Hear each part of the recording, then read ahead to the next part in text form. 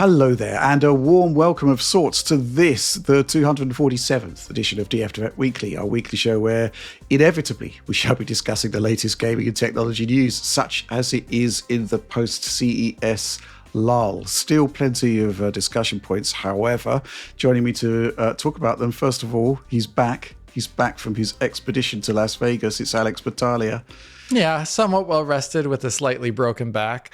But I soldier on, and I cannot wait to talk about Monster Hunter. Mm-hmm. We honor your sacrifice. And John Linneman, hello.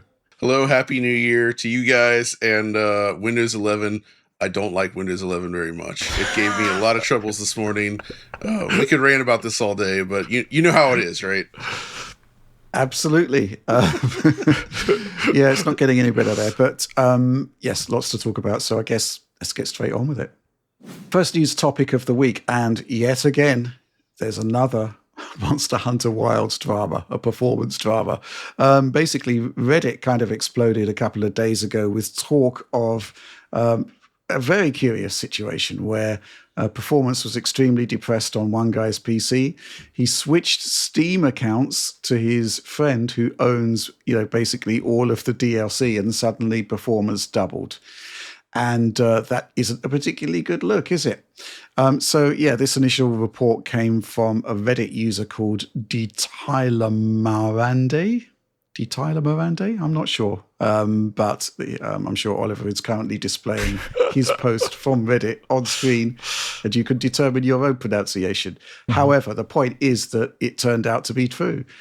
Kind of. It turns out that what's actually happening in Monster Hunter Wilds is that while you're in the base camp, you actually are seeing the game constantly checking to see what DLC has been added to the game. And that is causing this tremendous performance drop.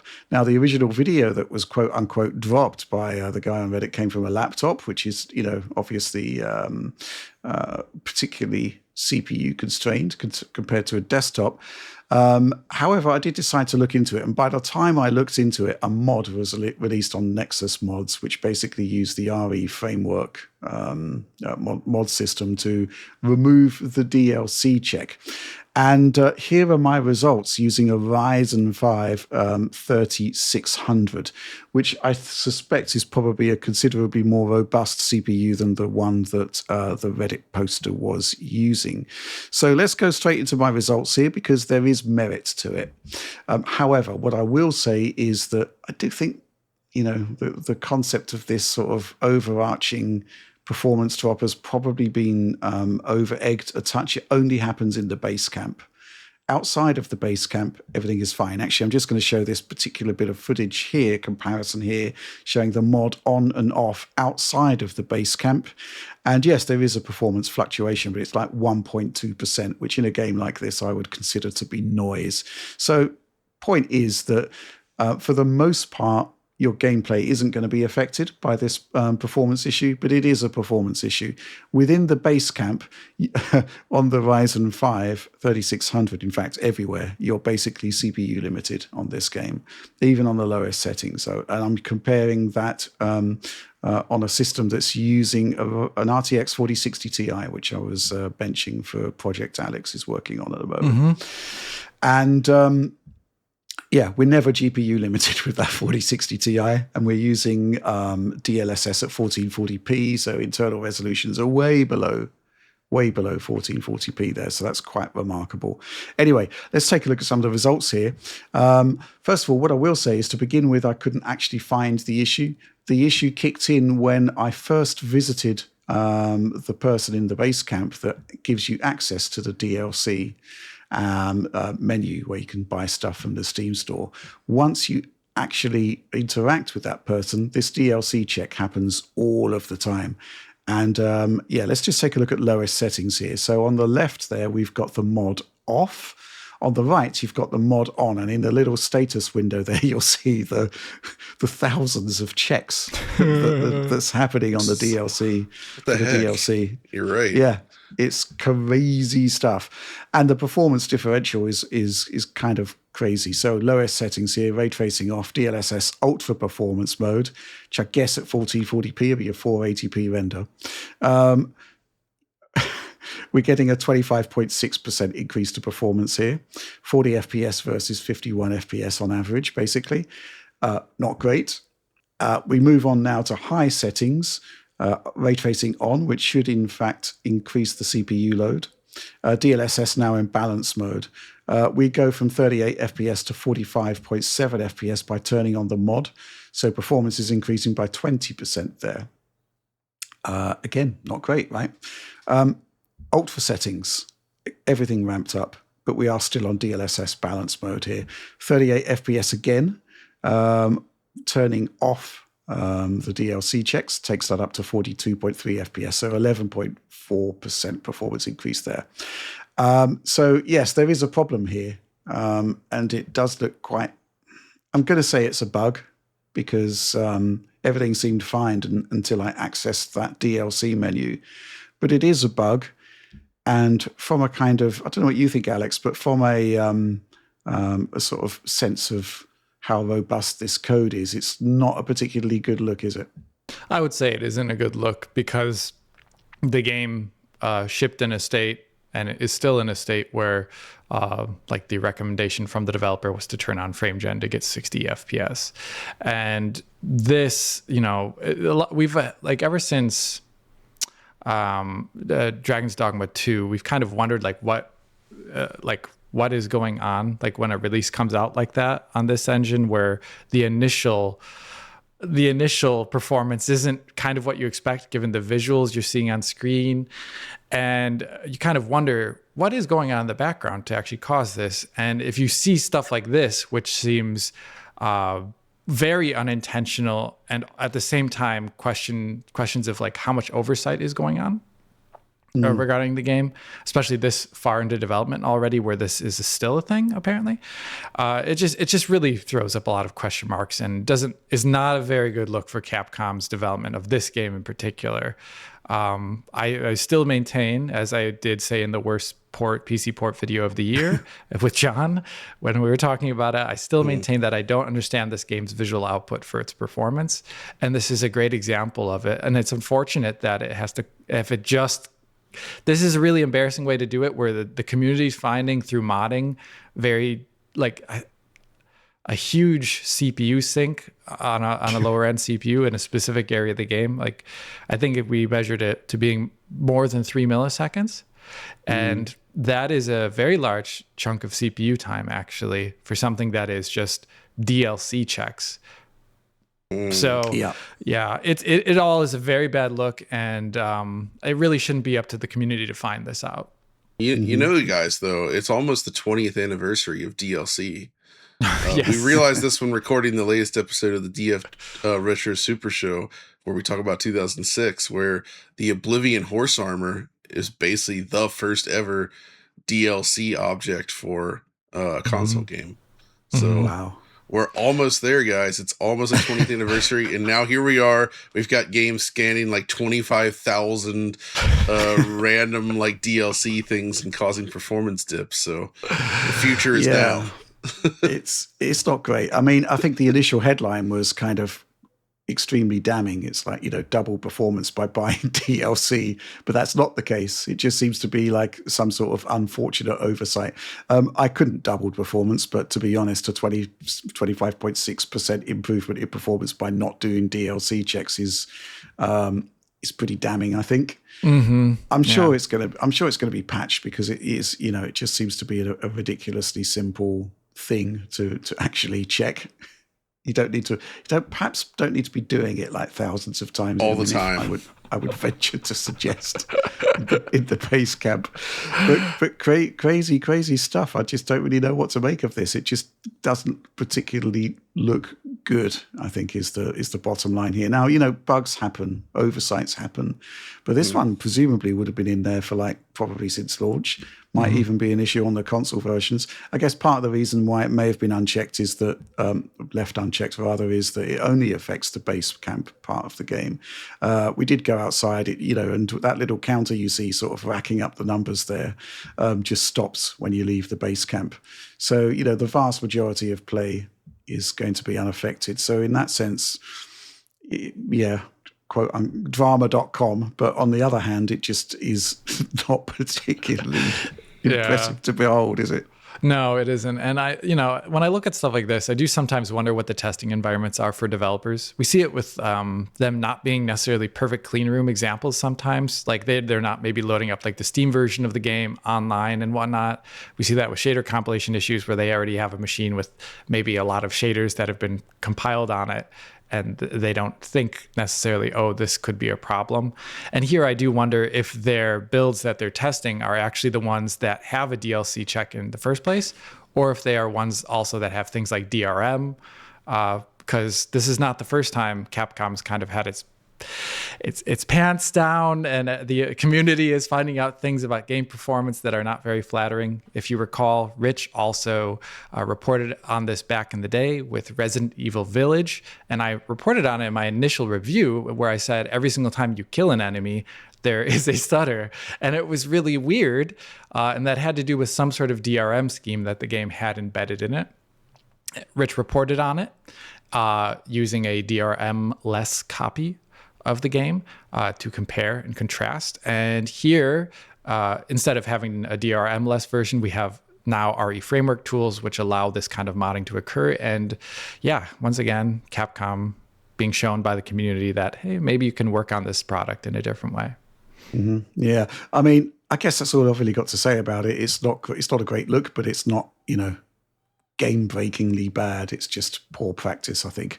But there have been other Monster Hunter Wilds stories happening while we've been away, specifically that the game has been data mined to, and it turns out that a massive array of data has been found concerning the Nintendo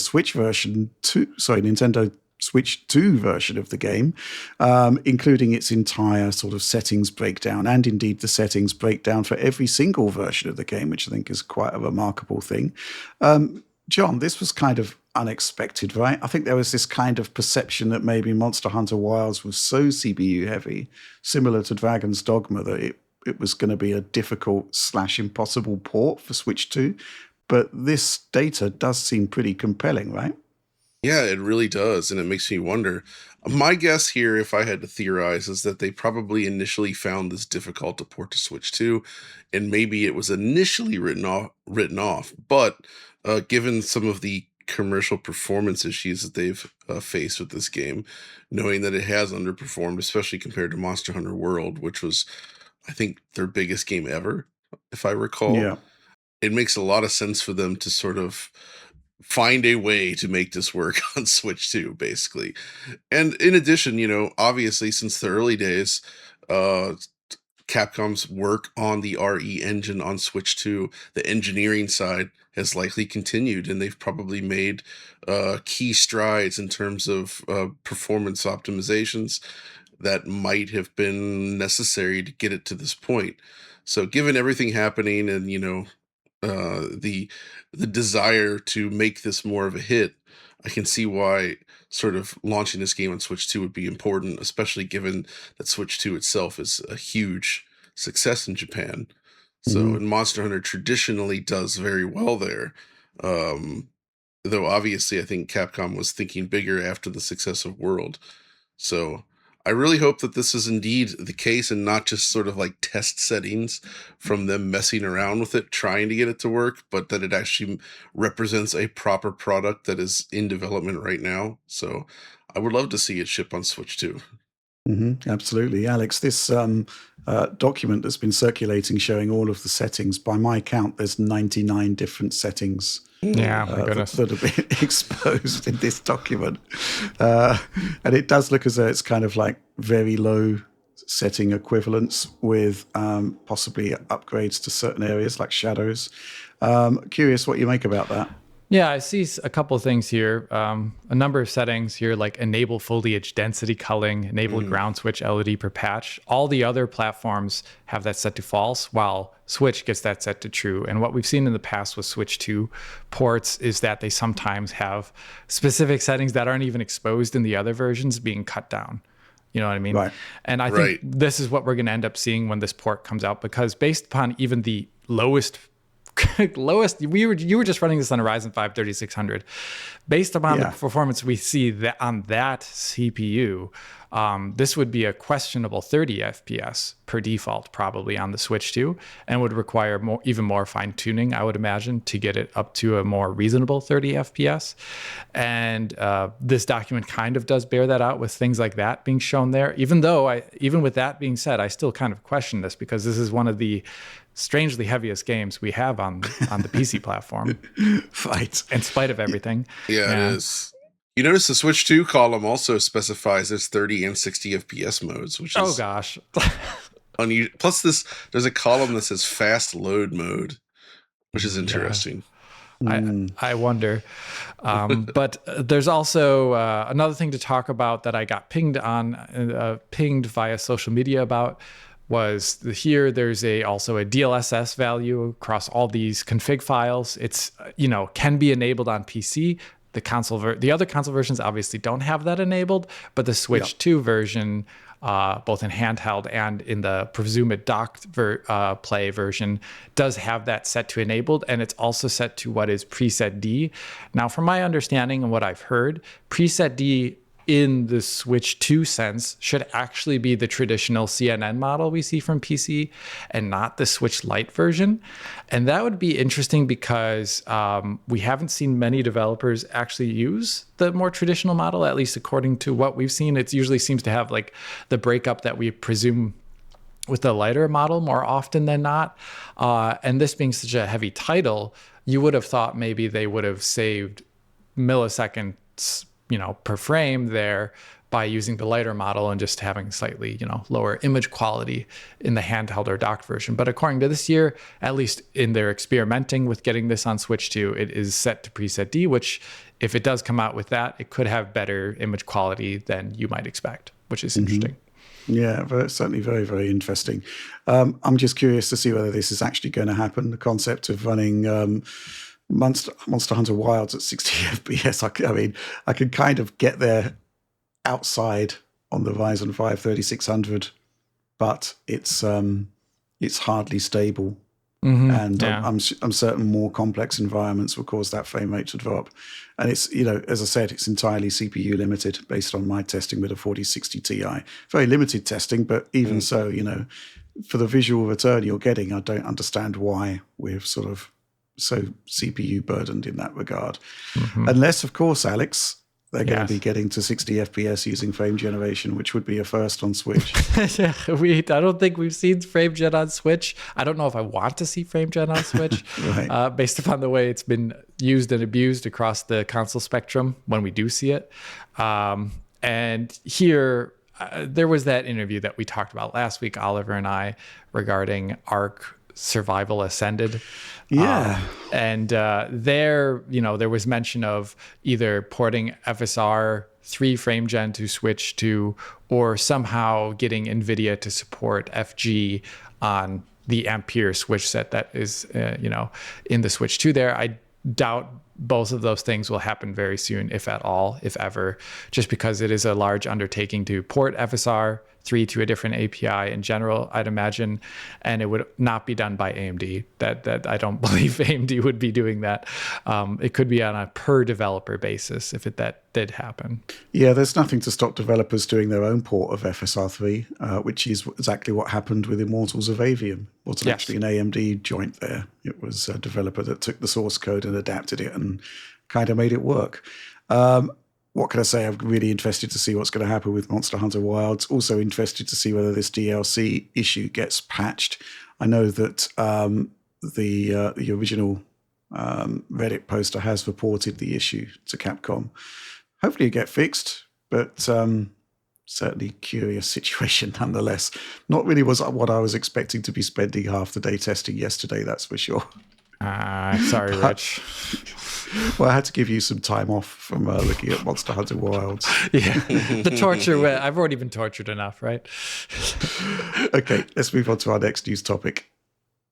Okay, our second news story, and speaking rather positively about Capcom this time, there was a Resident Evil Requiem showcase. John, you watched it. What's going on? What's new? Yeah, so they finally showed some proper footage of Leon gameplay, which, they had already revealed that Leon was in the game, and now we get to see a mix of gameplay with his mechanics in tow. And yeah, it seems like what they're trying to do here, which I like this idea, is Grace's sections are more focused on horror.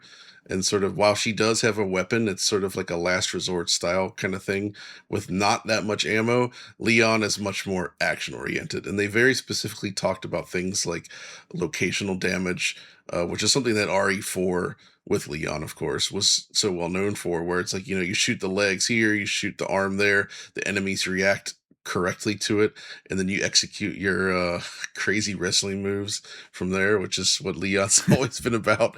But like, it looks great, especially with like, there's just something about like the camera work that Capcom does in these games when you see it. Like, obviously Resident Evil 4 was revolutionary for that, and they've continued to evolve that. And it's just like the animation quality here, Leon's flowing locks of hair, the way it moves. They got the strand hair system in here again. It looks like it just, everything is so smooth looking. Like, there's a part where he's surrounded by all these like I guess zombie doctors, and if you look very closely at like the way their jackets move, the way Leon interacts with them, everything just looks so pristine and well executed in a way that's very satisfying. So I really like what I'm seeing there. They also announced the partnership with Porsche. So he's got a Cayenne Turbo that's like customized. It's the Cayenne Turbo GT customized for Leon there. They also announced a partnership with watchmaker Hamilton, which made me laugh, with a specific Resident Evil model. But then, of course, after that, they spoke to someone from NVIDIA very briefly and showed some new footage with the Path Tracer. They talked about DLSS 4, of course, and multi-frame generation and all that stuff. We actually played the Grace demo for this last year at Gamescom, but now they actually showed more scenes here with some of the larger outdoor areas. Some of these just look insane. Like, I hadn't actually seen any of the city street footage before, and that stuff looks awesome. Like, that's really, really cool. So I'm really excited to see that. And based on what we've seen so far and the track record of the Resident Evil team, I think we should expect pretty awesome performance on PC this time. Like, we're talking some wang about Monster Hunter Wild before, but it's an anomaly, right? Yeah. Capcom's RE engine based games typically run great. So, and I think this should be up there. So I am excited to try this as well. And also, Rich, you'll be happy to know I was recently playing around. They mention here that you can play with these visuals using GeForce Now. And since I've been fiddling around with that Mac Mini, I actually did sample some more GeForce Now on there. And yeah, it is pretty impressive, I must admit. It's a good way to experience PC games when you don't want to flip on your power draining monster PC. Yeah, I mean, you've been quite the experimenter recently. Mac Mini. I don't understand why. I'm so tired. I am so tired of Windows 11. Like, between all the issues that it's having, the weirdness. I've experimented with dual booting into some Linux distros. I'm playing around with Mac stuff. Like, it's just like Windows 11 has worn me down at this point. And I'm really, really growing tired of it. Like, all the weird little inconsistencies, random bugs, like some of them I just got used to, but when you use another operating system, you realize I shouldn't have to get used to that. Right. Right. Yeah. Like true. This is stupid. Like, it shouldn't be doing this, but it does. Okay, going back to Resident Evil, Alex, any comments? Yeah, I'm happy to see them showing off more path tracing stuff. Going through the rest of it, though, it's going to be interesting to see what the path tracing does for other areas of the game. Then they showed a lot of the outdoor scenes, but I'm looking in other areas, and there's a number of like on shadow casting lights and stuff like that. It's going to be really interesting because the game already is using GI and reflections, and so we're going to see maybe some of the primary differences less coming from those things, perhaps, and maybe more from direct lighting being a lot better this time around. That means shadows and like light sources and whatnot. So that'll be curious. Looking at the sponsorships of real life products brought in game, it does remind me of like that like middle Xbox 360 PS3 era when this was more common. I kind of feel like it faded out for a while, at least from the products that I tend to buy and play, but seeing it here is really kind of funny. I'm reminded of like battery advertisements in Alan Wake, if you recall that, where I'm like, what? Yeah. Oh yeah. Well, they should just push on, just continue those sponsorships. Maybe Leon can shop in Aldi or something. Yeah, he's rushed at the end of the Aldi line. Oh no. People like to joke on that stuff, but I actually do genuinely think it like roots a game better in reality, and I kind of like seeing like real products in there. I mean, it's not like most of the audience is going to suddenly be like, you know what, I'm just going to go buy a Porsche after this, or an expensive watch. Like, let's just do like it. Just it's fun to see it, and it doesn't feel like a blatant like you're trying to scam people, right? Because it's a well-known brand and all that. So. Yeah, when Oliver and I were at CES, we did see the Hideo Kojima laptop, if you recall. And the thing is, both he and I walk up to it and we're like, oh, that's an interesting form factor. Then we touch the side of it. I don't know if Oliver even has footage of this anymore, but it's like slightly rubbery on the side. You know how you're used to kind of like objects. It doesn't feel honestly like a good experience. It looks interesting. It feels like Death Stranding. It feels, exactly. Like the tar.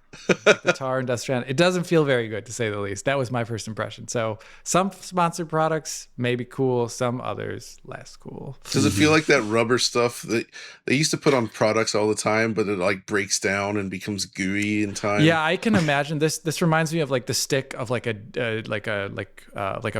not a PS3, but like a PS4 controller. Like the top of it, like it's a bit rubbery and soft. That's what it felt like. I see. Okay, that's weird. Right. That was all kind of weird, wasn't it? Because there were hints before CES of like some sort of Kojima reveal, and it's a themed laptop. It's not really what people get excited about. I mean, they're not going to announce a game at CES, right? It's about the hardware. Yeah, true. But there could have been maybe some sort of small bit of news or something. Death Stranding to PC. Kojima Productions is partnering with Honda to create a life-size Kojima robot that you can have in your house. Amazing. Okay, put me down for one. They're going to call it the Peeping Tom. I don't know. We'll see. Oh. Yeah, okay. Let's move on quickly. Third news topic of the week. Okay, so obviously it's Ramageddon. There's a huge supply shortage of memory chips of all descriptions. And this is going to have an impact on the availability of consumer electronics, everything from, our PC parts, I guess even TVs. Anything that has memory is going to be impacted to a certain degree. I guess by extension, it means that the amount of products available will be lower. And also, by extension, the products that do get out there will be more expensive. That's kind of like the basics, right?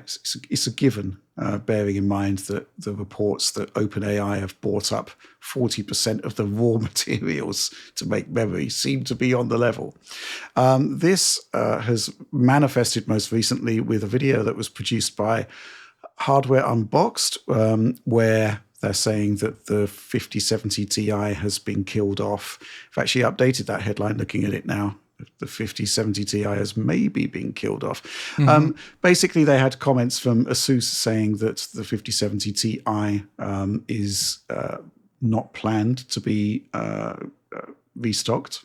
And by extension, the 5060 Ti 16 gigabyte model may also be similarly killed off.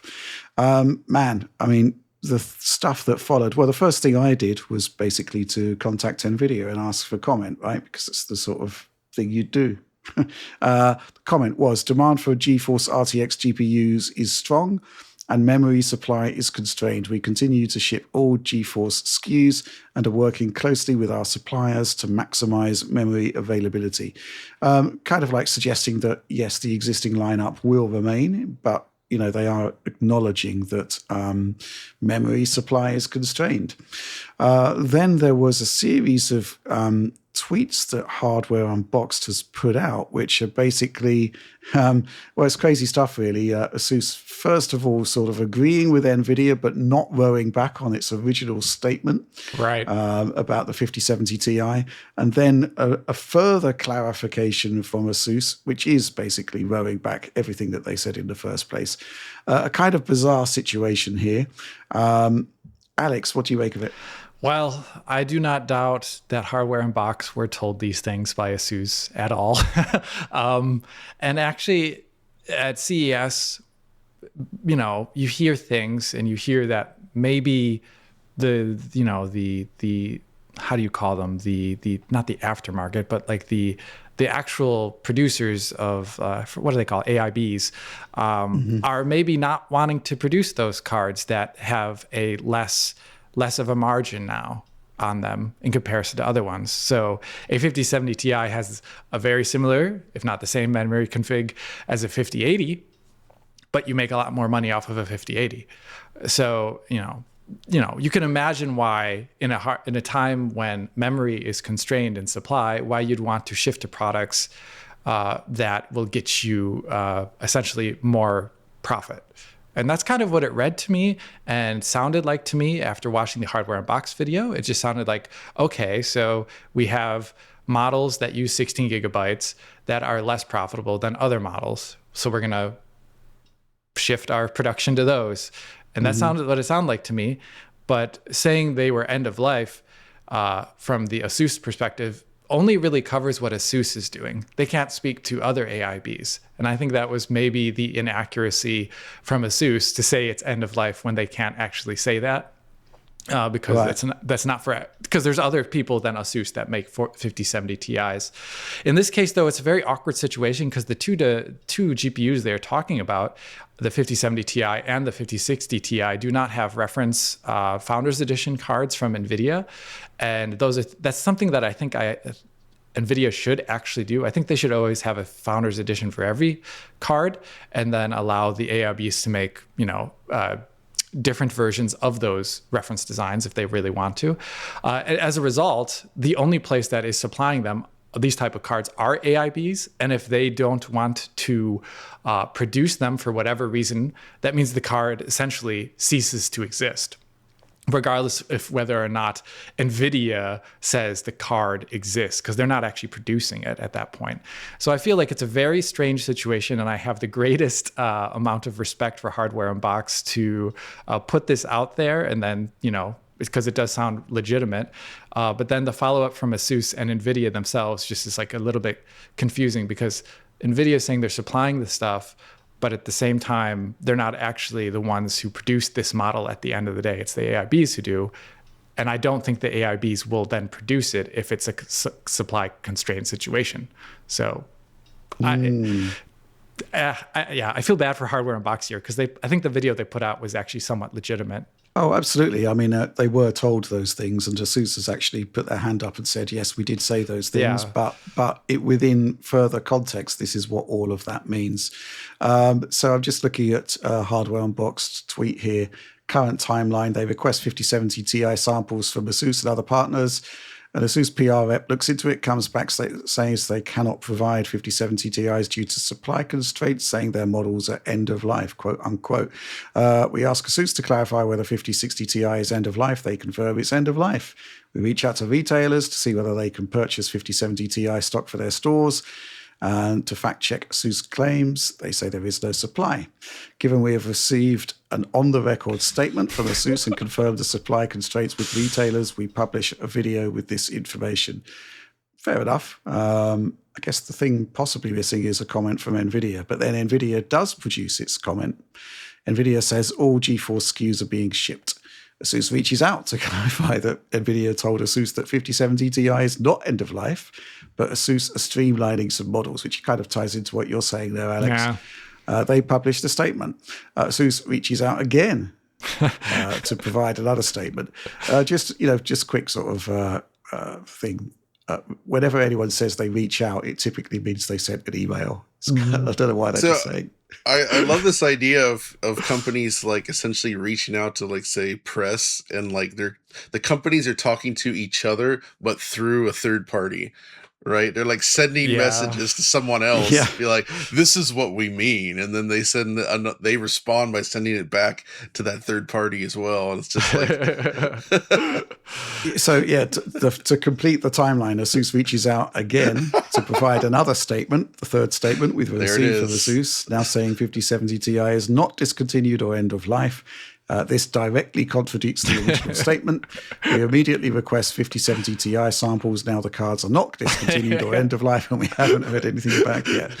Yeah. I think, the end of that tweet pretty much sums up where we are at the moment. At this point, the proof will be in the supply, as we can't tell you which of ASUS statements is truly accurate. We believe their 5070 Ti is heavily supply constrained to the point of effectively being killed, but we'll see whether that's truly the case across the next few months. And I think that's basically it, right? The proof of the pudding is basically as to whether you're going to be able to buy one of these things or not. And if you can buy them, the prices of what you're going to be paying for those cards. I mean, we kind of like said, I think it was probably in the Black Friday period last year, if you have the means and you want a new GPU, now is actually a pretty good time to buy, because the signs are not looking good. And this is kind of like an example of how things are not looking good. Now we're coming out the other side of Black Friday and into this sort of harsh new reality. And it is going to be all down to whether you can actually see these products on sale and available to buy. I think it's a really sad situation, but, this is a remarkable situation where 40% of the supply for any form of memory has just disappeared from the market. And I think the other thing, which, I did email NVIDIA yesterday asking for a statement and saying, look, I think people just want transparency. They want to know what's going on. And, they want to have sort of, firm information on whether they're going to be able to buy these products or not. I think part of the problem there is that there's so many sort of strata of companies involved in getting a GPU to market. So obviously, to begin with, you've got NVIDIA, and then you've got the AIBs like ASUS, MSI, and then you've got the retailers. So obviously, you've got two parts of of that particular equation there, where I guess it's all three. Thinking about it, all three of them can charge what they want for those individual components at each step, so before you actually get the products to the users. I still just think that there are certain, it's not like there's an Apple Mac Mini made by ASUS, which, comes with a custom cooler with a markup, because it's not really needed. Wait, do you want a ROG Mac? Sorry, ROG Mac? ROG Mac. The point I'm saying is that, you don't need one, right? No. And you're cutting out 2/3 of those potential price increases just by doing it yourself. And NVIDIA is doing it itself. It's just unfortunate that the models that are being discussed here, the 5070 Ti and the 5060 Ti 16 gig, are not made by NVIDIA. So there's no chance that it's not good, that there is going to be like direct to market versions of those cards. Yeah. It's a mess, just like it was when cards released last year and you couldn't get one at MSRP, or the MSRP cards were very, very supply constrained. There just seems to be some sort of fundamental issue with the market, I think, where we've actually just had one golden window of opportunity to get these cards at great prices. Well, I say great prices, the prices where you actually expect to pay for them. Yeah. Crazy stuff. John? No, I mean, what else can I add to this? This is just like, I feel like we're just seeing the tip of the iceberg here, actually. Yeah. Like, this is like, we're starting to see the effects of the current memory shortage. And I think, they're obviously playing PR tag here, trying to say, "Oh, whoa, we're not ending anything here," and that's probably true. But if the supply isn't there, as he suggested, for the memory chips, then the cards won't be there. And I think this Yeah. is just one of many product lines this is going to apply to. And it's I suspect over the next year, these prices are going to only increase. Um, and I'm really wondering, like, this is genuinely a concerning trend right now, that's building up here for the PC gaming hobby, right? Yeah. Because like we've reached a point. I mean, we've already crossed this with consoles as well, right? Usually after 5 years, console prices go down, not up. They've gone up. PC prices, they're usually already more expensive. Now we're seeing them increase and also scarcity increase. Um, it's going to become more difficult to take part in the PC gaming hobby. And as Jeff Bezos sort of very much said out loud recently, like this Oh yeah. idea is like, I'm sure he would love it if, and other companies would love if you just move to the cloud. You shift your Please, compute from your no. desk to the cloud.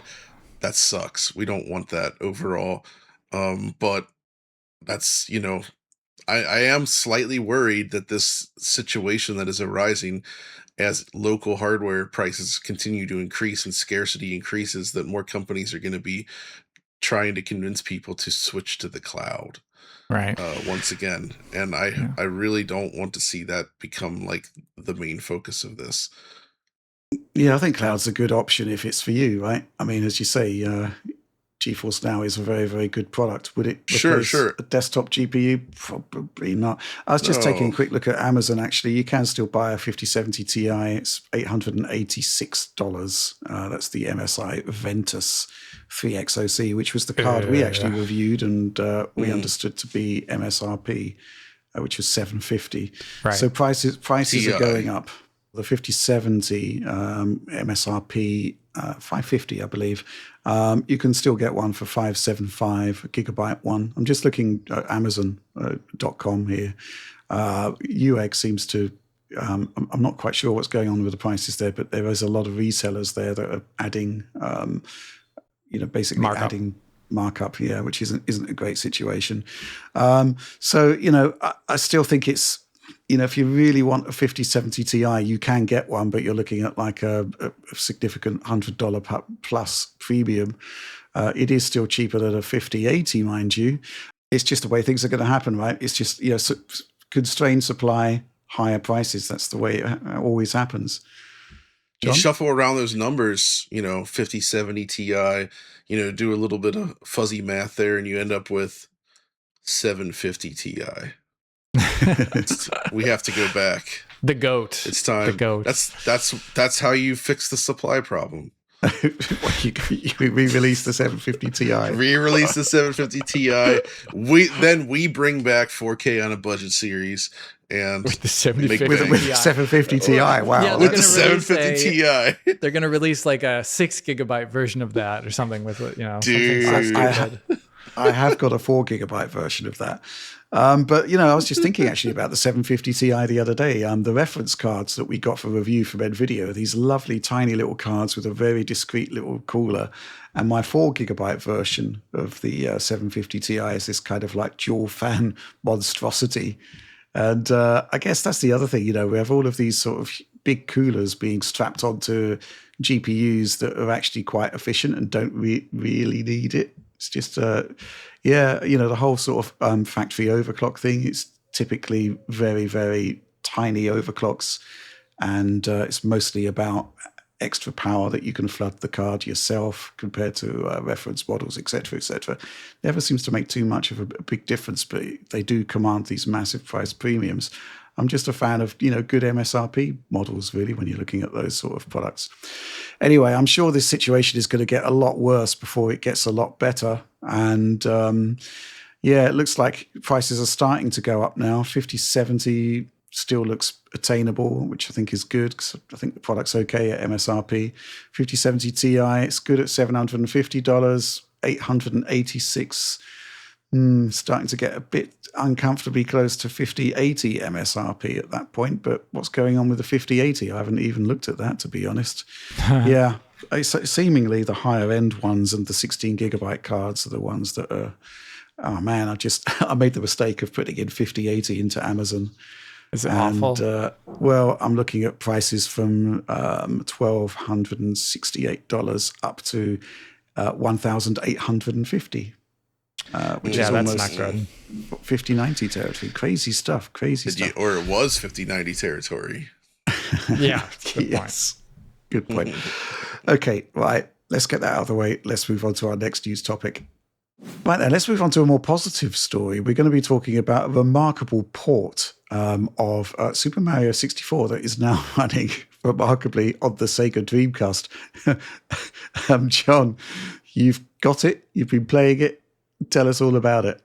Yeah, so this is just part of the series of decompilations being ported to other platforms. And this is something that's very exciting. I actually think we want to do more on decompilation stuff soon because this is becoming an increasingly interesting space. But the idea is that essentially these decompiled, reverse engineered PC versions of N64 games and other platforms as well, they're showing up on consoles like the Dreamcast. And I actually think that this is an exceptionally cool port because, you think, oh, it's Mario 64, whatever. The Dreamcast was released just 2 years after the N64, or 2.5 years. Right. They are basically contemporaries. And so to see a game like this, like the crown jewel of the Nintendo 64 kingdom running on a Dreamcast, as somebody that was there for the Dreamcast era, it warms your heart. It's fun to see. But, and this is of a point where the Dreamcast is not powerful enough to have fully emulated this game, right? Yeah. Like we did see Right. some high level emulation on PC at the time, true.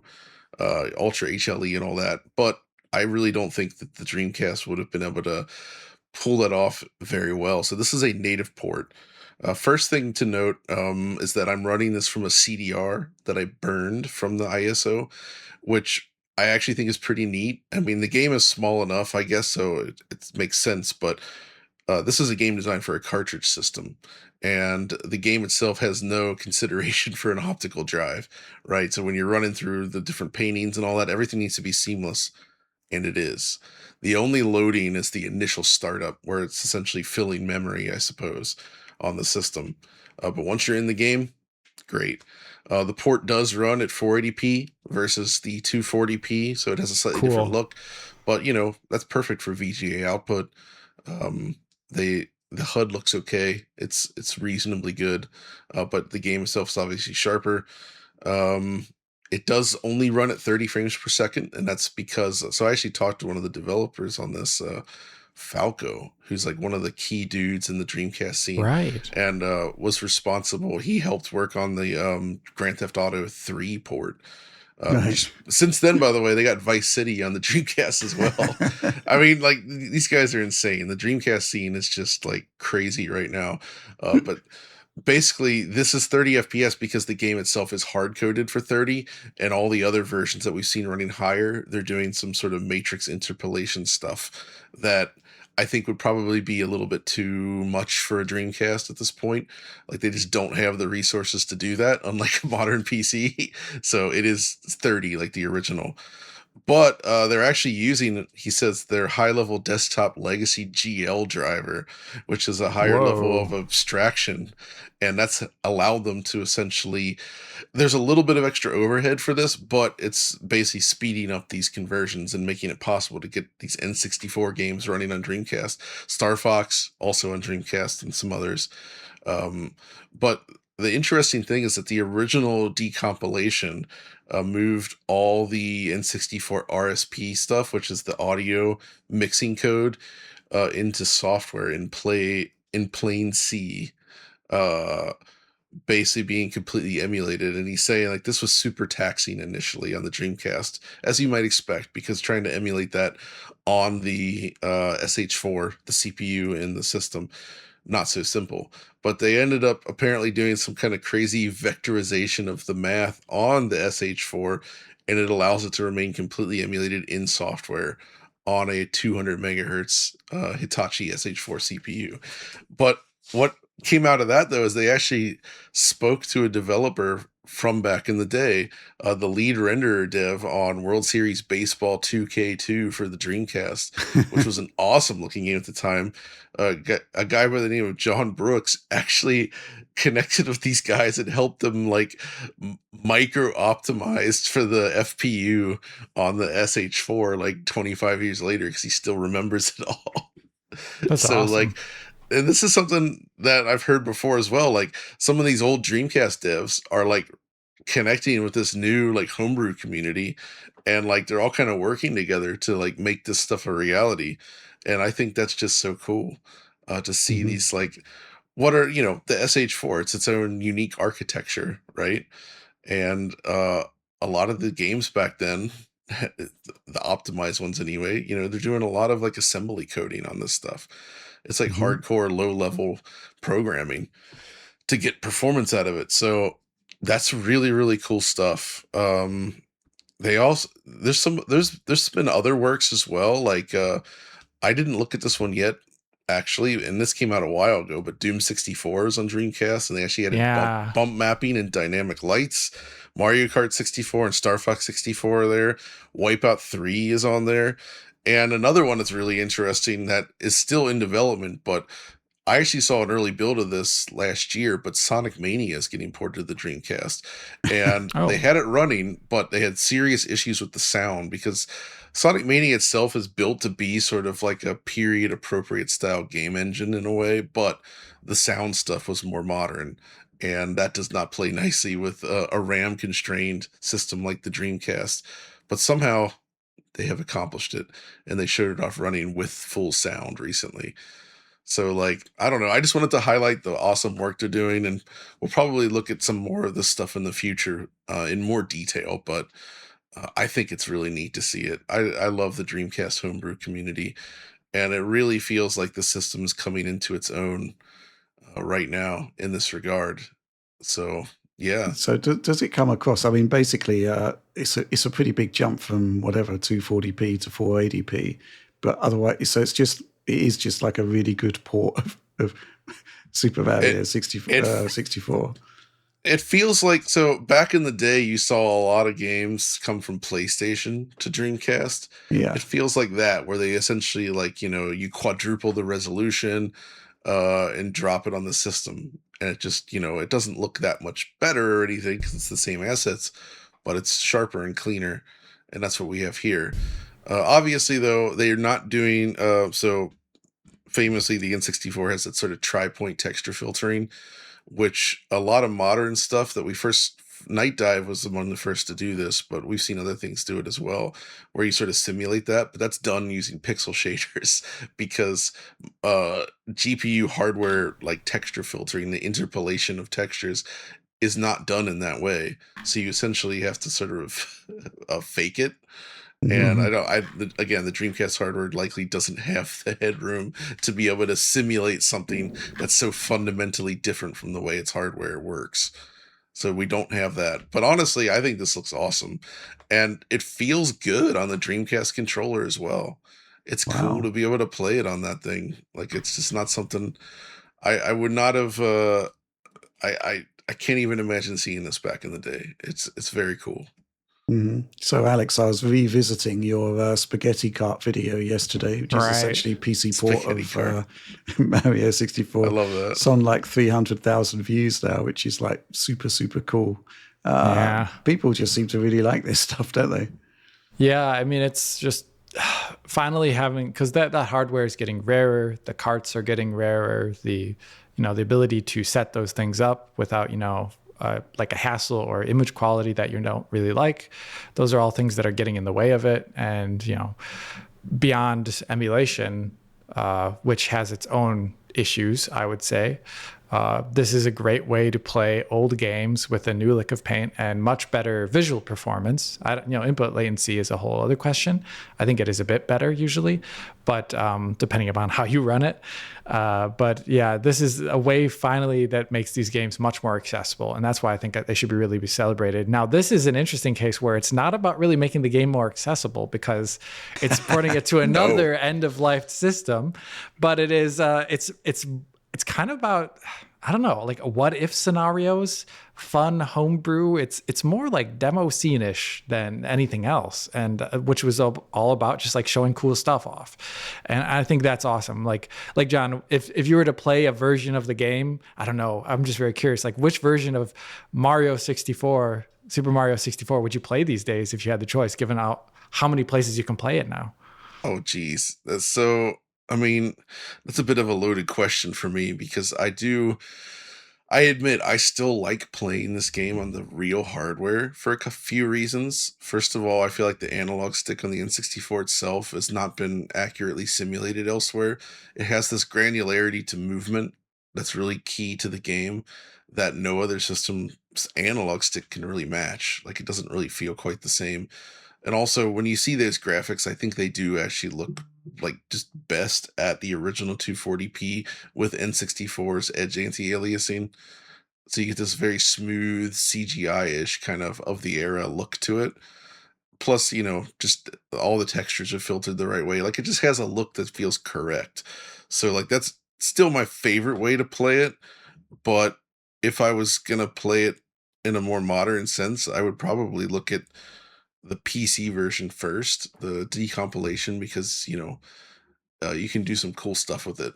But the Mario 64 decompilation on PC though it's one of the earlier ones, and so it's a little bit jankier. Like some of the newer ones, when you load them up, like Goemon, Star Fox, and the like, they've developed this whole menu system for them where you just fire it up for the first time, you just click on find your game data, and you point to the original game files, and then it just works. And everything's configured from that menu. It's super seamless and nice, and it almost feels like a standalone like product almost. It's really, really, really well done.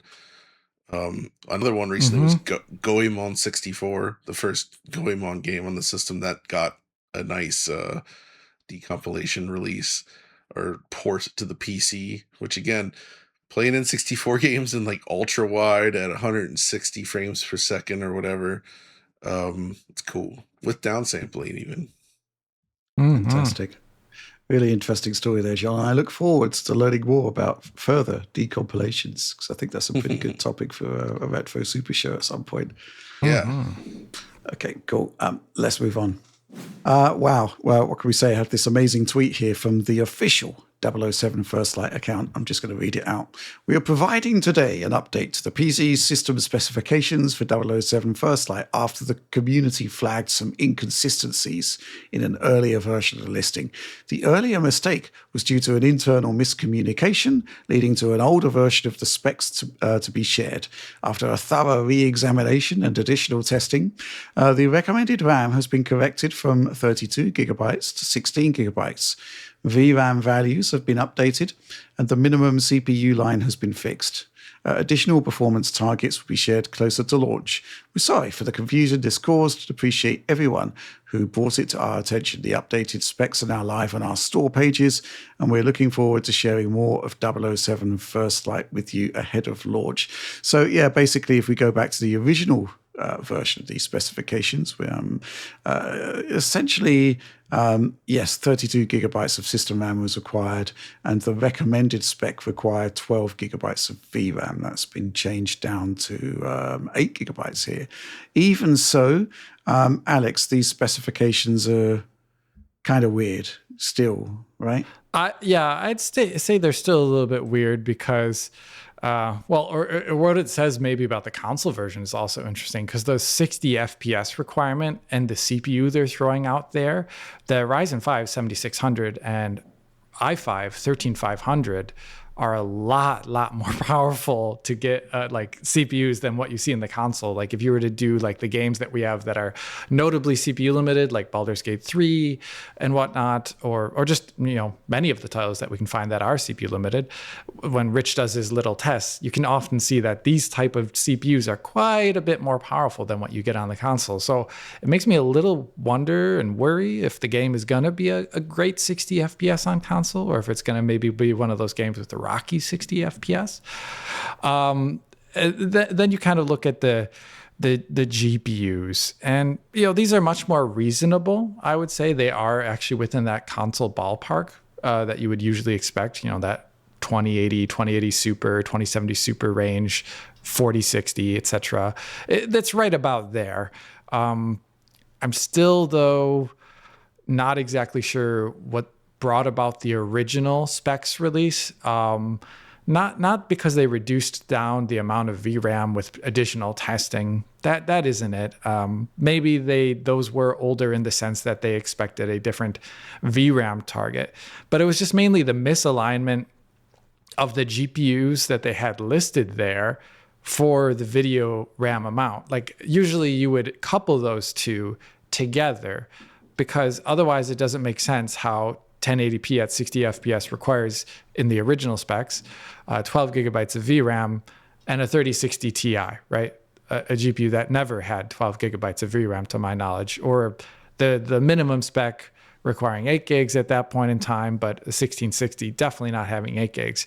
And, you know, the fact that the CPUs didn't really exist in the form that they were listed there, I have a feeling it was kind of like thrown together without maybe they looked at the core amounts, but they didn't actually look at the real existing products that line up with those things, which we've seen multiple times in the past. Actually, in general, I would say never really trust PC specs that are released until people have been playing and testing the game and can actually give you a better appreciation of it, because even these right here are still not very descriptive.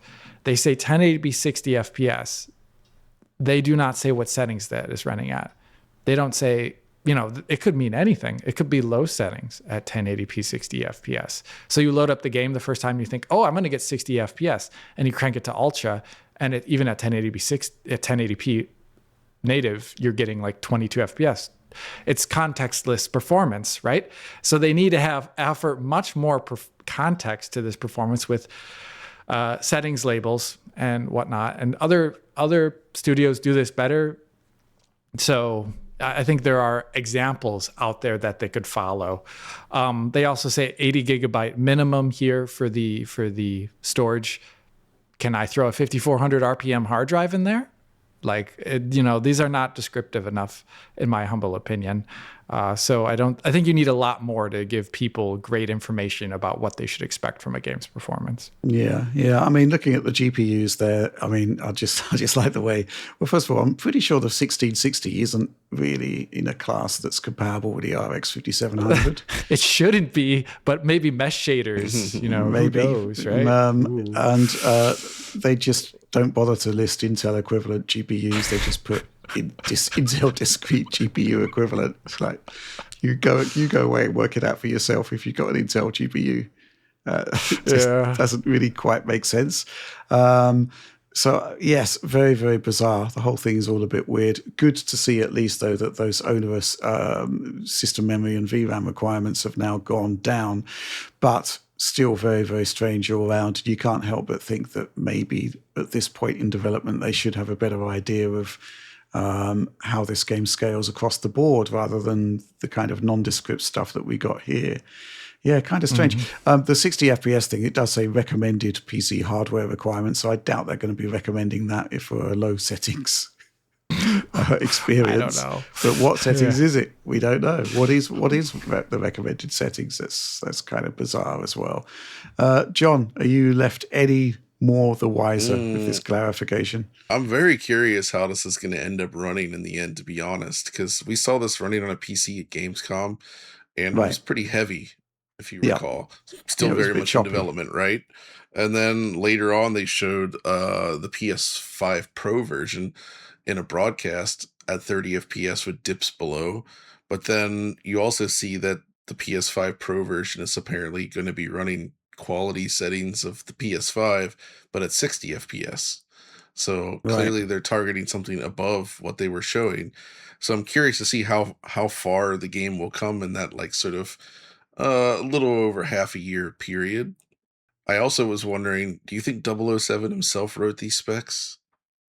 Yeah. I don't think so.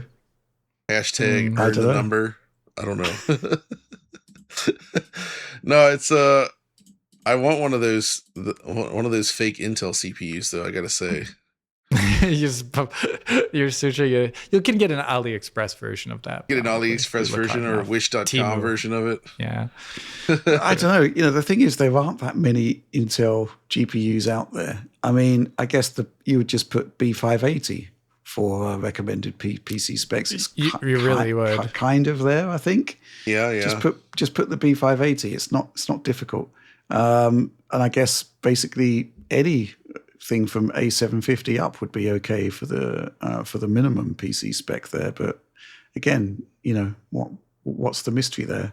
I will just say it's weird seeing on any like modern spec sheet list like this for PC games listing 1080p as a target and then a maximum of 60 FPS. I mean, well, they are saying that they're going to produce a more detailed specs. I'm list in sure. the I'm future. sure it's just dropping 1080p on a sheet in 2026 feels woefully outdated. There's still a lot of 1080p screens out there, but you know, certainly it just feels like 1080p was like, when you look at the history of discussion around 1080p, it goes back 20 years. Yeah, it is interesting that we're still there. And we're still talking about it. It's like, so, yeah. Yep. Okay, let's move on. Okay, final news topic of the week. I'm not sure it's actually news as such, but John, actually, I guess it is. You have been playing Code Vein 2. You have played it. You've got some capture here, and you'd like to talk about it.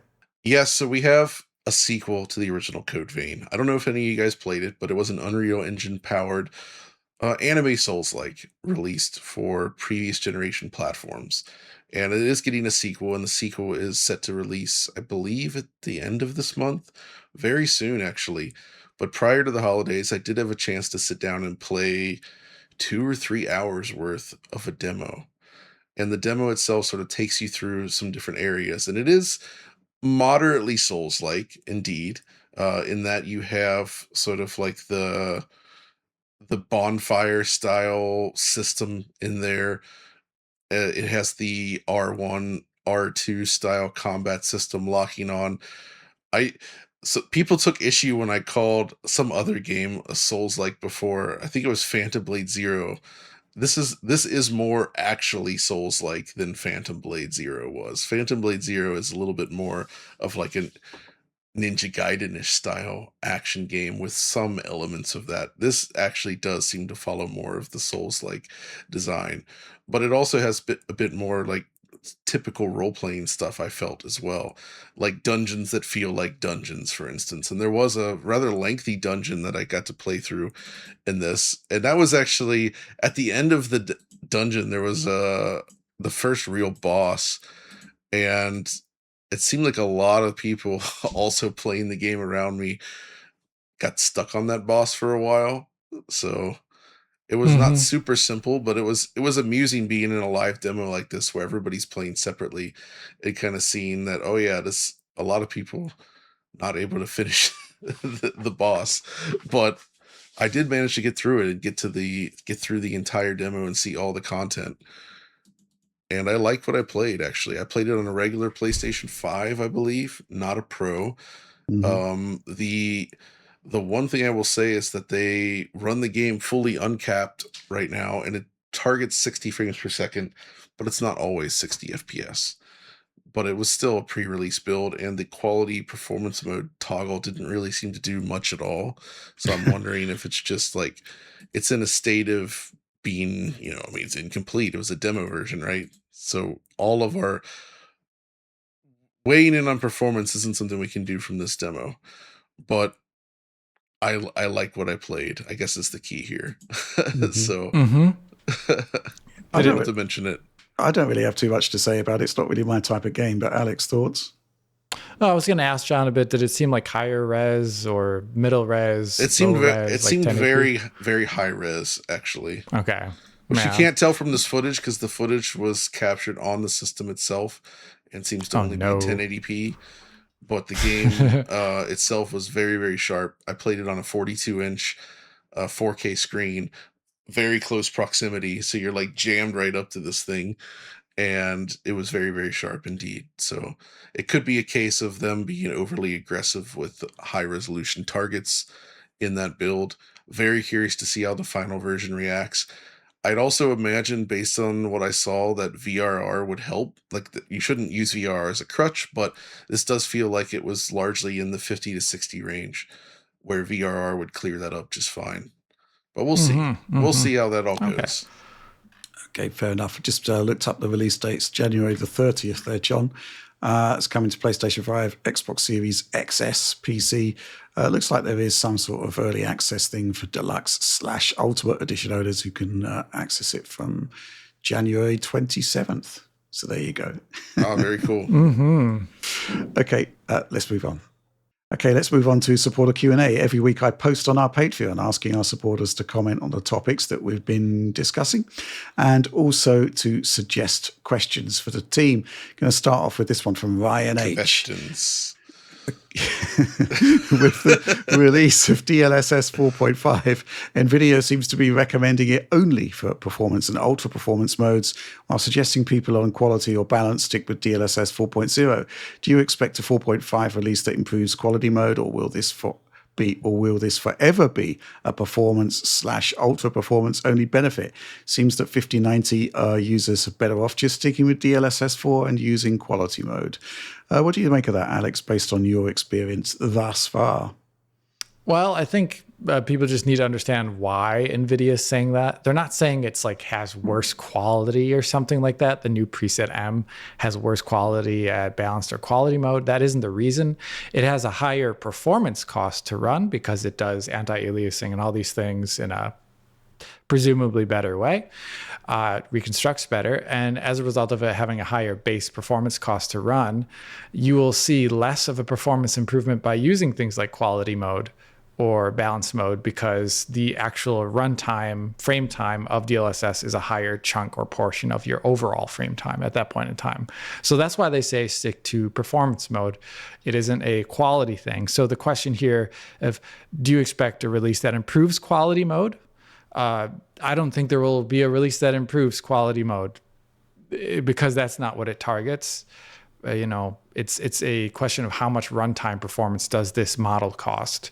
And it's a question of the output resolution and not a question of the input resolution. That is agnostic for the performance cost of DLSS, as far as I understand it. So I don't think this is going to change at all. I think what is going to happen is DLSS is going to just generally always be slightly getting more expensive over time. As the thing is, you have to think about it like this, like the original cost of DLSS, let's say on a RTX 2080 Ti for the DLSS 2.0 version was like, let's just say like 2 milliseconds or so, a little bit more, maybe a little less at 4K. If you brought that model, that same exact original CNN model to like an RTX 6090, we'd be talking about like 0.3, 0.4 milliseconds to run this model for the same quality of anti-aliasing. It's going to be taking an ever smaller portion of the frame time to run DLSS, at which point in time, it just begs the question, why can't we spend more frame time to get a better image at this point? Because it's already so small. So they're going to, with every advancement in Tensor Core hardware in the GPUs, they're going to keep increasing the quality of the model. And that means older cards that are going to be running this on their Tensor Cores are going to struggle more to run it, as it's going to take a larger percentage of the frame time for older generations. And I saw some people thinking that's weird and not right. But in the past, this very similar stuff has happened over time. Like running MSAA in Quake 1, with a GPU from like 2000 is a very different proposition than running MSAA in a game from 2010, right? The amount of geometry there, the rendering changed. it's more expensive to run things at higher resolutions. We've seen this all in the past, and I think DLSS and FSR4, FSR5, XeSS 6, they're all just going to increase the amount of frame time it takes on a modern GPU to run. And that's a good thing because we want higher quality visuals, and more modern GPUs will just run them better. Okay. Are 5090 users better off just sticking with DLSS4 and using quality mode? I mean, this is a totally, I mean, that I don't like this appraisal in general because I don't think it's already looked fine in quality mode with the K model for most objects, unless you had like ghosting issues, which will be different under the M model. So sure, why not? But at the same time, it's also kind of a bit of overkill to run quality mode most of the time anyway for a lot of games. So yeah. Yeah, I agree. Yeah, it's basically, I think the point is that you're being given new tools to use, and it's down to the user to choose what they think's best, ultimately, right? Right. Yeah, I do get what you're saying. It is basically, as the generations progress and the tensor cores get more capable, obviously it makes sense to actually use them, Right. give higher quality options that aren't just about increasing native resolution. What do you make about all of this, John? Yeah, I mean, I feel like DLSS 4 was already amazing, and like, yes, the increase in performance and ultra performance uptick. It's just like, in my case, whenever, based on my testing so far, in the off chance that a game is resolution sensitive and GPU limited there, it's nice to be able to drop down to those lower DLSS modes and still achieve like shockingly great image quality. But like, honestly, since 4 in general, I feel like we've reached a point where the image quality with DLSS is so good that I would just prefer to use that over any other option anyway, including like native res plus TAA. Like, it's genuinely shocking how good it can look these days. Like, we have come so far in terms of just image quality treatment, and DLSS is genuinely just amazing. So like, we're entering a weird territory where I feel like once we reach DLSS 4, like, the quality is so good that like improvements are going to be kind of more subtle and or just applied to certain presets. And I think it's more about bringing up the quality of those more aggressive modes, such as performance and ultra performance, right? Like, where else do you go with quality from here? There's really not, like, it's so good that's like there's not really much headroom there. So which is why, we've seen in the last years them shifting towards all these other things as well, like frame generation and denoising and all that, because the ray reconstruction stuff, because it's all of this is just about eliminating all of these like image inconsistencies and noise and flaws in the way that a game is rendered from the perspective of the GPU driver. Like, what can the GPU do to solve these problems? Because there's always going to be rendering issues in games that the GPU has less of an influence over because it's a design choice or something done by the game itself, in which case you cannot just driver your way out of it, right? But NVIDIA is doing a good job tackling all of the things that it can, and because it's become so good, it's obviously these sort of changes are going to be, it might feel more like sidesteps in some cases. Yeah, I mean, I was trying. That little throbbing red LED in the corner there is actually an Asus RTX 2070, and I was just experimenting with preset L, which is the ultra performance model, and I just wanted to see what I could do with it on a 2070, which, judged by today's standard, it's not a particularly great GPUs, less capable than a console. But I was quite amused to see that I could run Control on ultra ray tracing 1440p ultra performance mode preset L at 1440p 60. I mean, you can kind of see where, it's 480p internal resolution. This shouldn't work. In fact, I'll send some footage to Oliver here. You can check out how it looks. It kind of shouldn't look this good. Now, I'm not saying this is the best way to play Control on a 2070. It's just kind of nuts what this preset is actually doing. And presumably that would actually be quite heavy on a 2070 as well. There's been a lot of this Just stuff going around this stuff. week. People showing things running at like absurdly low resolutions, like 360p, 240p, and showing just like how much detail DLSS is able to extract from such a low res imagery.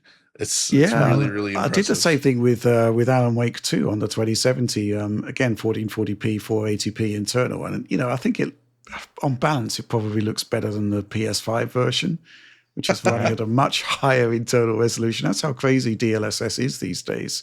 And I'm kind of curious about this preset L and why they decided to make a model that's, I think it's actually the most computationally heavy version, but it's designed to be used at the lowest possible resolutions.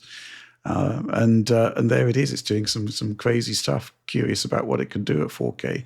But as we speak, Alex, you're still doing is it preset M that you've taken a closer look at? Preset M is the primary thing at the moment right now, because ultra performance is more of an icing on the cake discussion topic, since it is less useful usually for most people. Yeah. But preset M, looking at performance, looking at image quality improvements, potential regressions, pain points of the original model. It's all that kind of stuff. And I'm hoping to have it out now, health permitting, as soon as possible. Fair enough. Okay. Brilliant. Let's move on. We've got a question here from Andre. Okay. Everyone, name one or more technologies that you supported or reported as a future game changer and faced backlash for, and whether you were eventually proven right or wrong. I'm going to go first here and say I was super blown away by stereoscopic 3D when I first saw it. I think probably the effect that really impressed me the most was Super Stardust on the PS3. Housemarque did an amazing conversion of Stardust into stereo 3D here, effectively running at 720p, 120 frames per second. Man, I love that. I thought stereo 3D was going to be awesome. And it was awesome, but it never really went anywhere because, nobody wanted to wear those crazy specs. However, with that said, it was a future game changer in the sense that a lot of that work carried on straight into VR. So the Evolution Studios guys who were championing stereo 3D, they basically transitioned all of that work across to PSVR. So, I think that's kind of like an example of a emerging technology that I was really excited about that didn't go anywhere, but kind of did. John, what do you think about this? First, actually, it's interesting you mentioned that, because the stereoscopic 3D stuff combined with like sort of movement-based control that was originally pioneered kind of by the Wii, like those technologies came together to lead to the type of modern VR we have today, which is why the first technology I would say for myself is, in fact, VR, which, that's something that's been talked about for decades. Right. But it always kind of comes and goes. And we're in a little bit of a lull period again for the moment, especially with the news this week about Meta closing down some amazing studios, which screw them. But I will say I've continued to be really big on VR because I think it can just lead to these amazing experiences. I saw some people talk about this recently, but like you play Half-Life Alyx today, like right now, it still feels like a game from the future. Like it's really insane, just like what they did in that. There's so many things and scenarios and ideas in that game that just you've not seen in anything else, and we've never seen before since. It's really crazy. But it even goes back to, like, I remember the first time I picked up an Oculus DK2 for myself to fiddle around with, and loading up something, the new retro arcade, and walking around in VR like a virtual arcade and playing arcade games like inside this space.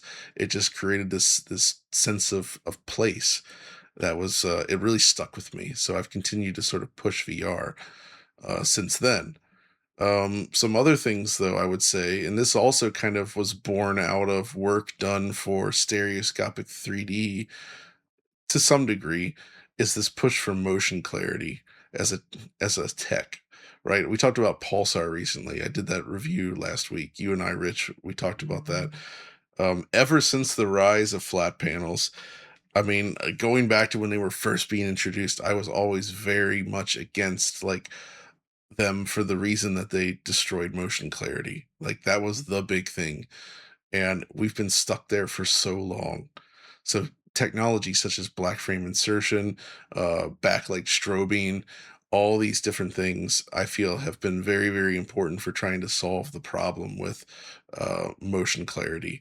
And in fact, you look at something like Blurbusters and like Mark, he's basically dedicated a huge chunk of his entire career to researching and solving these problems.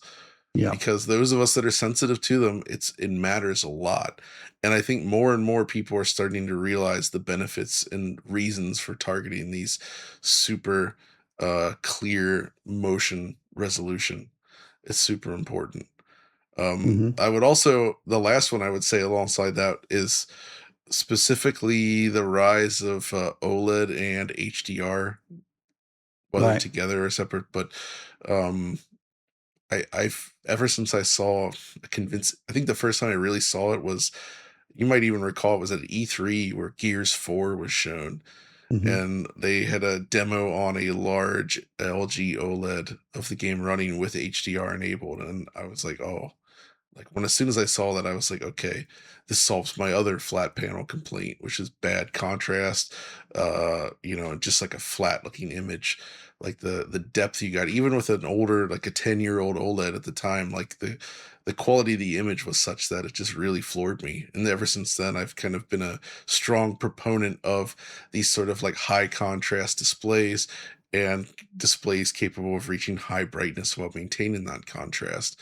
And I think I've been proven right on that, and that was the way forward.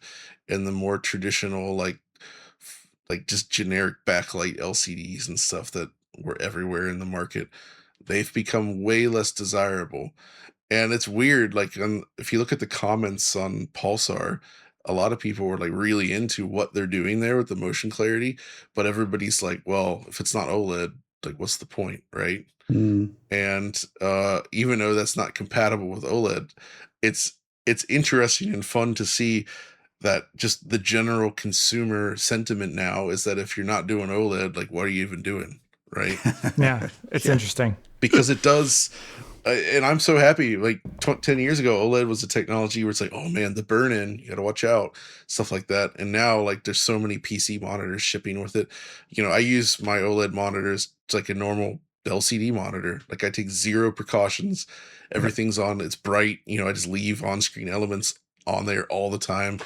No issues like that. And when you look at like our ratings results, when they did that torture test of the screens, they did get some burn-in on their OLEDs for sure. But it was the LCDs and the backlights that were failing at a much higher rate. Backlights going out, chunks of the backlight going out. Like backlight failure seems to be more prevalent overall than burn-in, and kind of like a more of a serious problem. Even a friend of mine, he was using like a Sony LCD for years, and like the upper left portion of the backlight was just dimmer than the rest of the screen for like the last 5 years. Yikes. And it looked bad, and it was just like it was a failure. Something in the backlight went bad. So OLED, baby. Yeah, I mean, I think you're quite right, John. I've got 3 OLEDs in the house. I've got a 48-inch CX, which I use as my main monitor. I've got a 77-inch C1 in the living room, and the old, I think it's the B6, which I got in 2016, which is just in one of the bedrooms. They all still work. However, the Nano Cell LG, the 8K 75-inch one, that has stopped functioning. Which is a bit of a shame. Yeah. Actually, Rich, I think your LG CX is slowly becoming like a really interesting test point, right? You've been using it on a desktop for almost 6 years now, and this is an older OLED as well now. Like, and it still looks good, right? Yeah, to begin with, I was looking after it, but then I just got bored with doing things like, taskbars that scroll out of view, that sort of thing. I just run it as a normal monitor now, still no burn-in on it. But let's go back to the question. And Alex, surely it's got to be ray tracing for you. Oh yeah. I was going to talk about it. But I don't know if it sounds self-aggrandizing if I say something about ray tracing. Well, there's something about ray tracing. still plenty of people that will say you're wrong. So go ahead. Yeah, sure. Why not? So I guess when ray tracing came about, I saw it easily as the future of all rendering, at least Yep. on PC. And I think the initial release of titles and the initial wave of skepticism, including, a lot of videos where people would say it's lazy to use ray tracing. Here's how you can bake lighting for 16,000 hours and get the same results or whatever. We saw those things back then. But nowadays, the fact that it is prevalent in all engines for the most part, the biggest engine on the market, Unreal, has it on per default in a software or hardware form. And all the best looking games extensively use it. I think it's not a surprise that where we've arrived today. And I think it's borne out to being a great tech. So I'll say I was maybe more right in that one. Ones where I've probably been a little bit wrong and or did not know about that they would be big. I would say I thought variable rate shading, when it initially was demoed, would be a way bigger thing. I thought that the idea of varying based upon human perception how much shading is done in a region would take off. But I, at the same time, did not see that what machine learning could do for image reconstruction at all. It just wasn't even on the radar at that point in time. The demos we had were less than convincing or problematic, or just not nearly as good as you'd want them to be a replacement technology. And so I thought VRS would make more sense in 2019 versus something like what DLSS does. And the future has arrived, and it's the exact opposite. VRS kind of seems useless in the time when you could instead just use a technology which reduces all pixels on screen but infers them in a much better way. And there's things like VRS seemingly really never got past. I'm pretty sure in almost every single game that uses VRS, in spite of them also using stuff like reconstruction on top, you can still see the bricks of VRS degradation in the image. And I would have always thought that you could reconstruct them into a clean single subpixel of that, but it never ended up happening in almost any single game. So I don't know. I feel like that technology is a really big dud, even though I thought it would have been bigger at the time. I feel like Gears 5 did a good job with this when they updated it with VRS for Series X. It's relatively invisible for the most part, but that's not true for most games that have used it.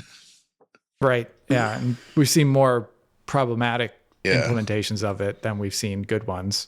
I feel usually, or just the performance not being worth the degradation. It's, sometimes on a PC GPU, you're getting 4% at 4K. And it's why am I turning this on? This doesn't really matter.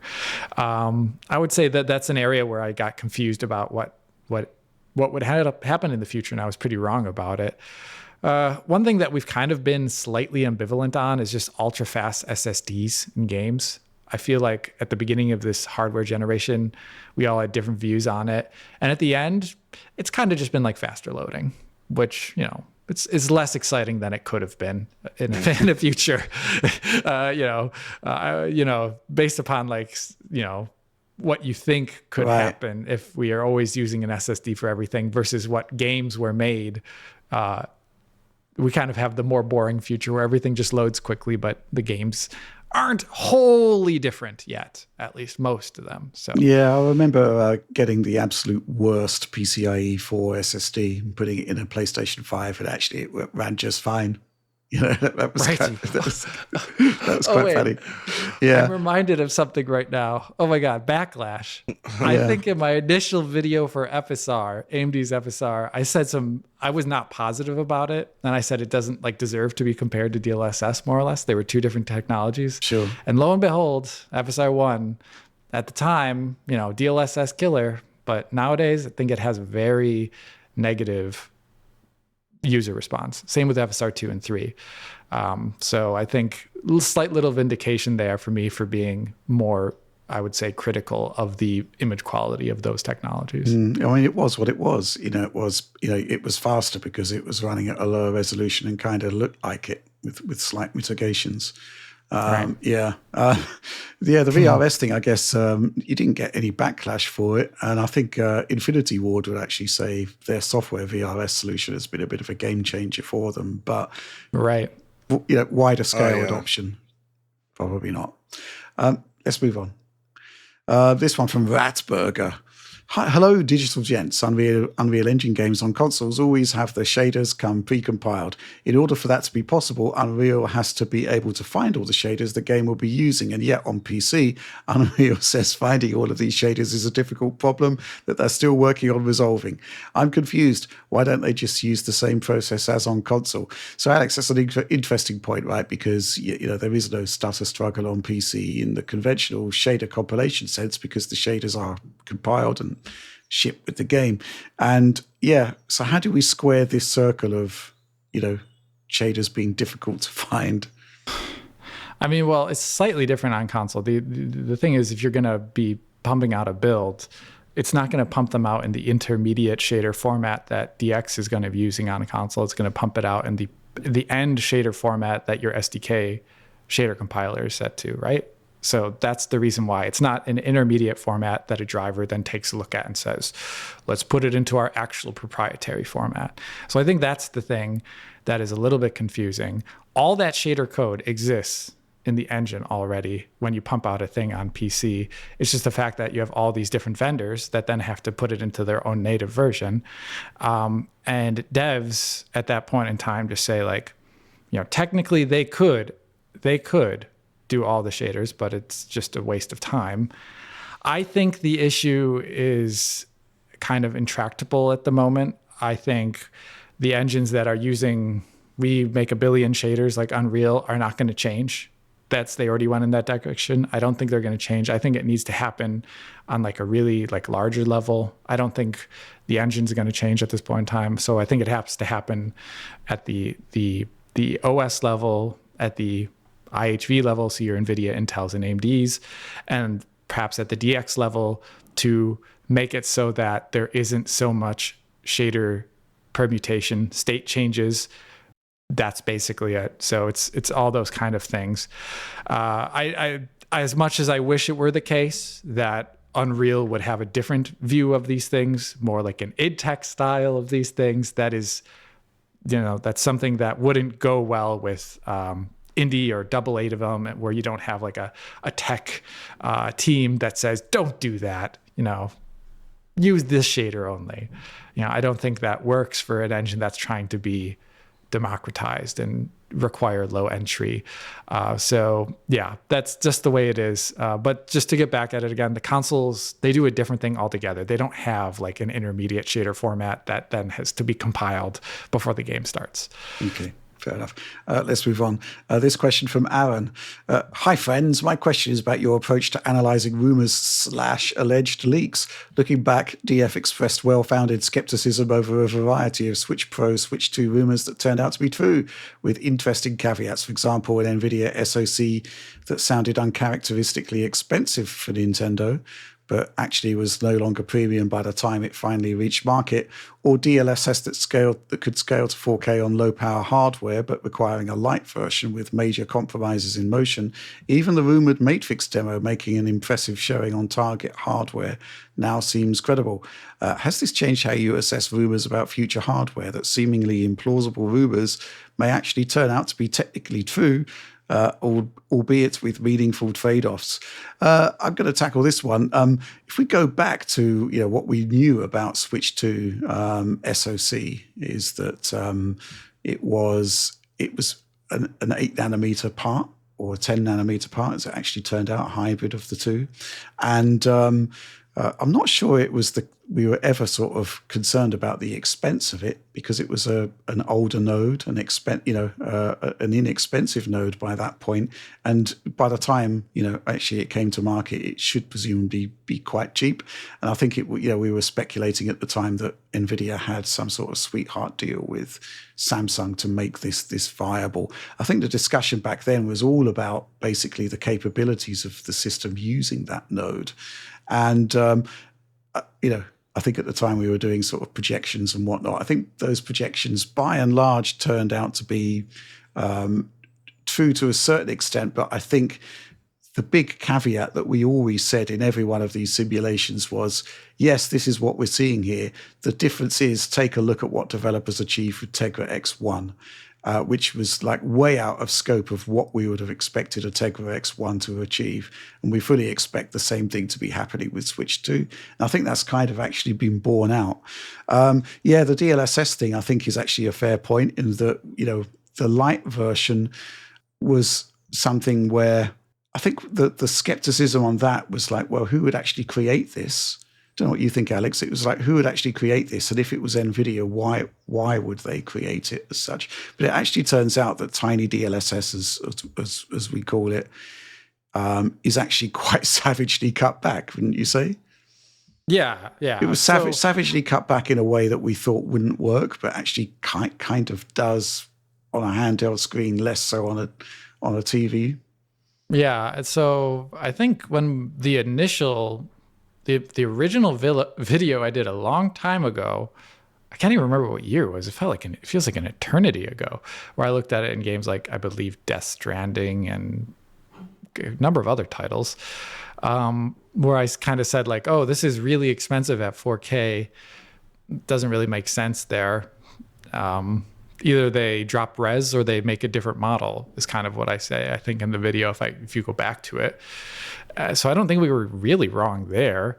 It's just a matter of like, what does it bring them to make this special model of DLSS? And in NVIDIA's case, it's just we still don't actually have great clarification if it's a joint venture, these light preset models, or if it's just NVIDIA spinning their wheels doing it. I don't have any background confirmation of those things.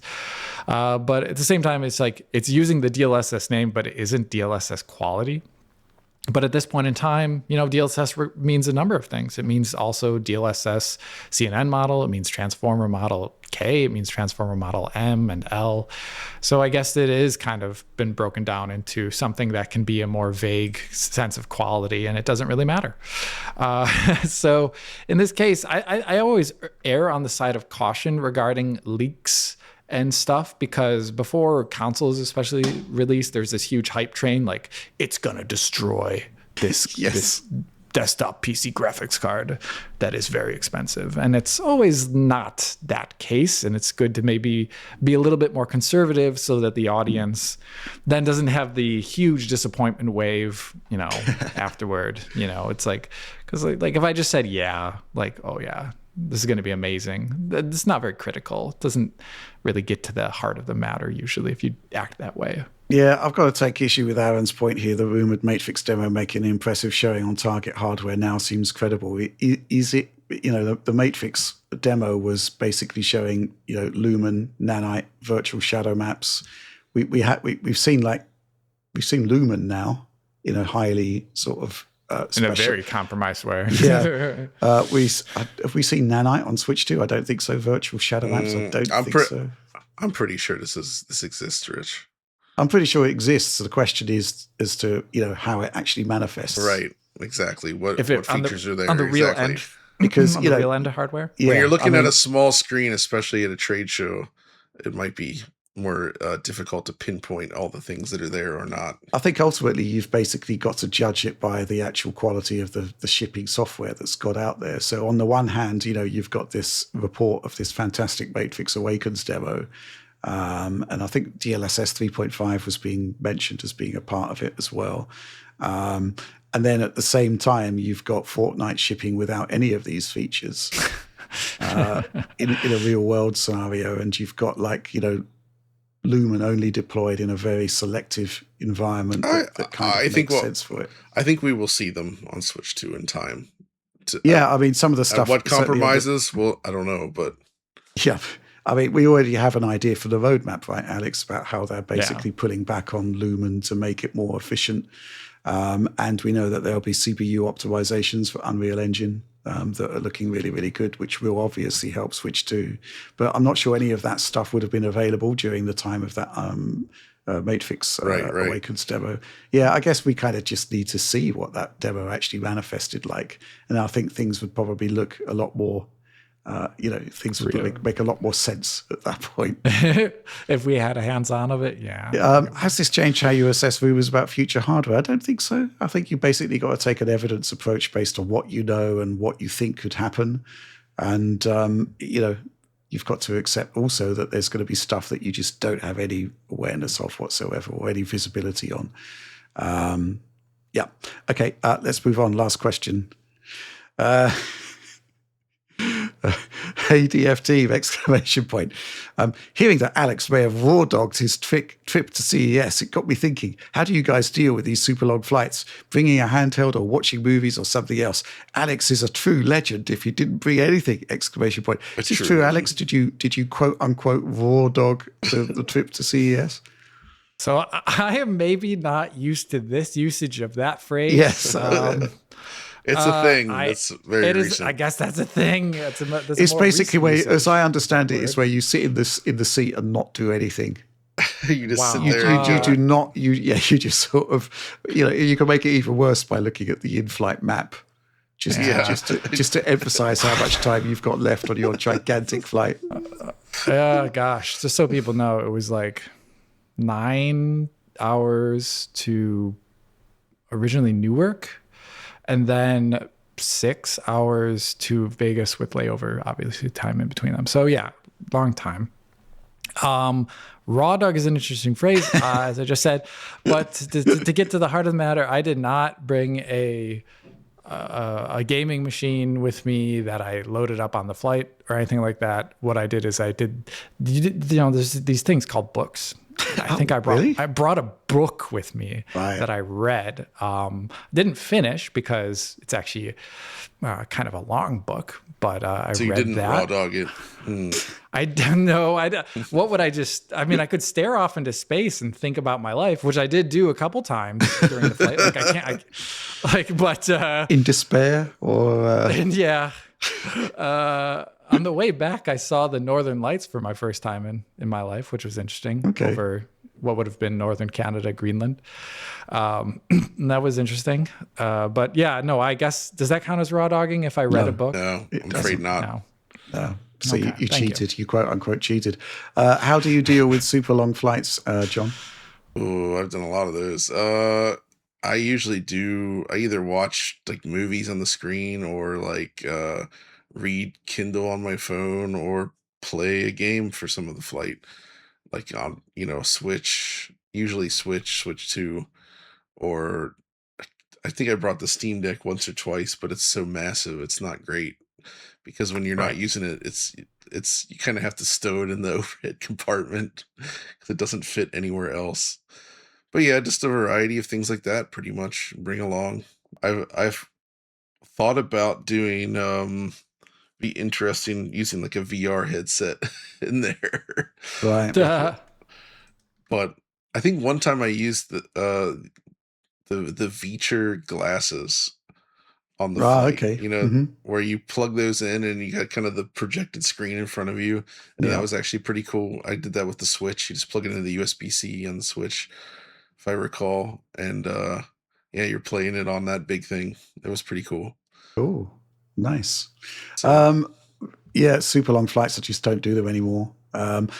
With an exception. Basically, all of my credit card spend is on an American Express British Airways card, which brings up air miles / Avios. And after you spend a certain amount, you get a 1+1 voucher.